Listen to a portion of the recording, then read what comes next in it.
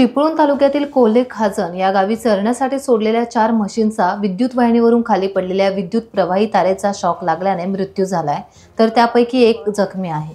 ही घटना घडल्यानंतर शेतकऱ्याला मोठा धक्का बसलाय। विजेच्या तारांवर गार्ड नसल्याने ही दुर्दैवी घटना घडल्याचं आमदार भास्कर जाधव यांनी म्हटलं आहे। घटनेत शेतकऱ्याचं लाखोंचं नुकसान झालं आहे। पाळीव जनावरे सांभाळताना अशा प्रकारच्या घटनेचं दुःख शेतकऱ्याला किती तीव्रतेने जाणवतं हे ग्रामीण भागातील शेतकरी जाणू शकतात। ज्या शेतकऱ्यावर हा दुःखद प्रसंग ओढावलाय त्याच्या दुःखाला आता पारावर उरलेला नाहीये।